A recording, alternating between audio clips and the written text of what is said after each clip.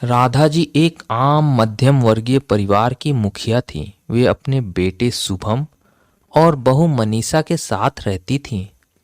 एक बेटी सीमा थी जो कि शादी के बाद अपने पति के साथ ऑस्ट्रेलिया में बस गई थी। राधा जी के पति की मृत्यु बहुत पहले हो चुकी थी। शुभम और मनीषा की शादी को 5 साल बीत गए थे, लेकिन अब तक उनके कोई संतान नहीं हुई थी। राधा जी की बहू मनीषा भी एक कंपनी में जॉब करती थी, जो कि राधा जी को बिल्कुल भी पसंद नहीं था। वो नहीं चाहती थी कि उनकी बहू नौकरी करे। वे तो जल्द से जल्द दादी बनना चाहती थी। लेकिन मनीषा और शुभम को यह बात अच्छी तरह से पता थी कि मनीषा का अभी जॉब करना कितना जरूरी था। राधा जी अपने बेटे शुभम के साथ इस बारे में बात करती तो शुभम किसी ना किसी बात का बहाना बनाकर बात को टाल देता था। इसलिए वे मनीषा को ही परेशान करने के तरीके ढूंढती रहती थी, ताकि वो अपनी जॉब छोड़ दे और घर पे बैठ जाए। और अभी कोरोना काल में मानो उनके मन की मुराद पूरी हो गई थी। हालांकि वो दिल की बुरी नहीं थी, लेकिन पोते की चाह में वो ना चाहते हुए भी ऐसे कर जाती थी।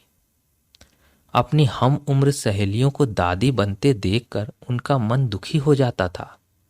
उस दिन भी घर में कुछ ऐसा ही हुआ। ऑफिस में काम की वजह से मनीषा देर तक सोती रही और राधा जी को अच्छा खासा मौका मिल गया। वो अपनी बहू से कहती हैं, ये क्या बहू, अभी तक सो रही हो? पता है सुबह के 10 बज गए हैं। शुभम भी बेचारा कब से उठकर ऑफिस के काम पर लग गया है और तुम हो कि अभी भी सोई पड़ी हो। चलो अब उठकर सबके लिए चाय नाश्ता बना लो। मुझसे कुछ हो नहीं पाता, वरना मैं तुम्हारे भरोसे कभी नहीं बैठती, खुद ही सब कर लेती। तब मनीषा अपनी सास से कहती है, सॉरी मम्मी जी, वह देर रात तक काम चलता रहा, इसलिए सुबह सुबह ही सो पाई थी। इसलिए समय कब निकल गया पता ही नहीं चला। आप चलिए, मैं जल्दी से आती हूँ। तब राधा जी अपनी बहू से कहती हैं, हाँ हाँ ठीक है, मेरा कुछ नहीं, पर शुभम को देख लो, उसे कुछ चाहिए तो नहीं? कब से उठा है बेचारा। हे भगवान, मुझे जल्दी से ठीक कर दे ताकि मैं अपने बेटे का ध्यान रख सकूं। राधा जी ने नाटकीय अंदाज में कहा। राधा जी ने अपनी बहू मनीषा को उठाते हुए कहा था कि 10 बज गए। जब मनीषा ने घड़ी की ओर देखा तो वाकई 10 बज गए थे। आज उसकी आंख कैसे नहीं खुली। वह जल्दी जल्दी अपने काम निपटाकर हॉल में आई तो शुभम अपने लैपटॉप के साथ ऑफिस के काम कर रहा था।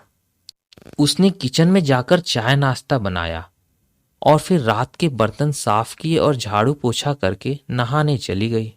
दरअसल कोरोना वायरस की बढ़ती बीमारी की वजह से शहर में पूरी तरह लॉकडाउन लगा हुआ था, इसलिए काम वाली बाई भी नहीं आ रही थी। मनीषा खुद एक इंटरनेशनल कंपनी में काम करती थी। उसका ऑफिस टाइम निश्चित नहीं होता था, अधिकतर उसे देर रात तक काम करना पड़ता था। कल भी उसका काम देर तक चलता रहा, इसलिए वह देर तक सोती रही। मनीषा नहाकर आई तो उसने देखा कि उसकी सास अपनी सहेली के साथ फोन पर बात कर रही थी।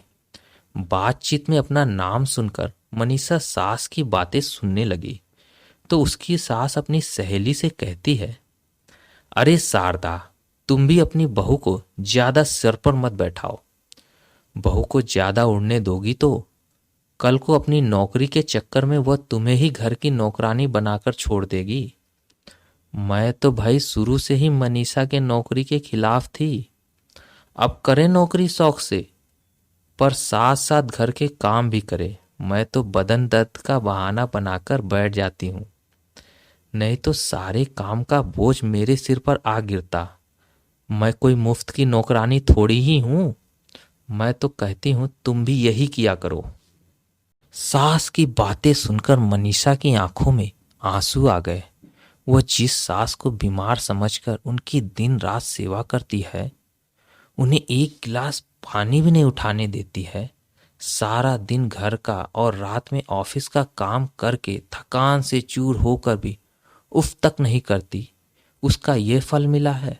माना वे मेरी नौकरी के खिलाफ हैं, मगर यदि घर की किस्त नहीं होती तो वो कभी नौकरी नहीं करती। शुभम का बोझ कम करने के लिए तो वह नौकरी कर रही थी। खैर, अभी की मुश्किल के समय में वह सास से किसी बात पर बहस नहीं करना चाहती थी जिससे कि घर का माहौल खराब हो, इसलिए वह उनकी बात को नज़रअंदाज करके वहां से चली गई। लेकिन उसकी नज़रों में राधा जी की इज्जत जरूर कम हो गई थी। दूसरे दिन सुबह सुबह राधा जी की बेटी सीमा का ऑस्ट्रेलिया से फोन आ गया। सीमा की सास उसके पास अमेरिका गई हुई थी। आदत के अनुसार राधा जी ने जैसे ही सीमा की सास की बुराई करनी चाही, वैसे ही सीमा ने उन्हें झपट दिया और कहती है, माँ, आप बिल्कुल भी माँ जी के बारे में अनाप शनाप नहीं बोलेंगी। पता है, आपके चक्कर में आकर मैंने उनके साथ कितना बुरा व्यवहार किया था, लेकिन आज मुझे उनकी कीमत पता चल गई है। तुम तो उनके यहाँ आने के लिए कितने खिलाफ थी, मगर आज अगर वे यहाँ नहीं आई होती ना माँ, तो ना जाने हमारा क्या हाल होता। तुम्हें तो पता ही है कि मेरा नौकरी करना कितना जरूरी है। कोरोना ने यहाँ भी कितना कहर ढाया है कि घर से ही सब कुछ करना पड़ता है। किट्टू का बेबी केयर सेंटर भी बंद हो गया है। मैं और राजेश फुल टाइम बिजी रहते हैं।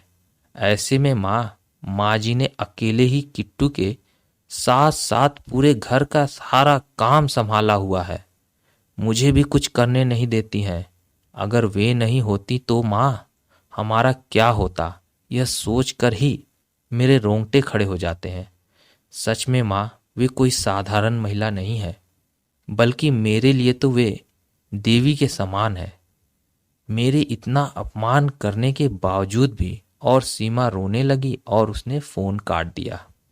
सीमा की बातें सुनकर राधा जी की आंखें आंसू से भर गई। उन्हें अपनी भूल का एहसास हो गया था। मनीषा तो वाकई उनका कितना ख्याल रखती है। उनकी कड़वी से कड़वी बात का भी बुरा नहीं मानती है, उल्टे जवाब भी नहीं देती है। वाकई अभी का समय तो एक दूसरे का हौसला बढ़ाने का है, सारे गिले शिकवे भूलकर एक दूसरे की मदद करने का है। तो फिर मैं स्वार्थ में अंधी कैसे हो गई, इतना कैसे गिर गई थी कि ऐसे मुश्किल के समय में अपने परिवार की सहायता न कर सकी। उन्होंने उसी समय मनीषा को बुलाकर उसके सिर पर प्यार से हाथ फेरते हुए कहा, मनीषा, आज से घर के कामों की आधी जिम्मेदारी मेरी रहेगी। मैंने आज तक तुम्हें जो कहा और जो किया उसके लिए मुझे माफ कर दो। चलो अब तुम जाकर आराम करो, खाना मैं बना लूंगी। इधर सास का बदला हुआ रूप देखकर मनीषा की आंखों में खुशी के आंसू आ गए और अपनी सास के प्रति उसके मन में फिर से पहले वाला सम्मान वापस आ गया। उम्मीद है दोस्तों कहानी आपको पसंद आई हो। पसंद आई हो तो लाइक और सब्सक्राइब जरूर कीजिएगा। मिलते हैं अगली कहानी में, तब तक के लिए धन्यवाद।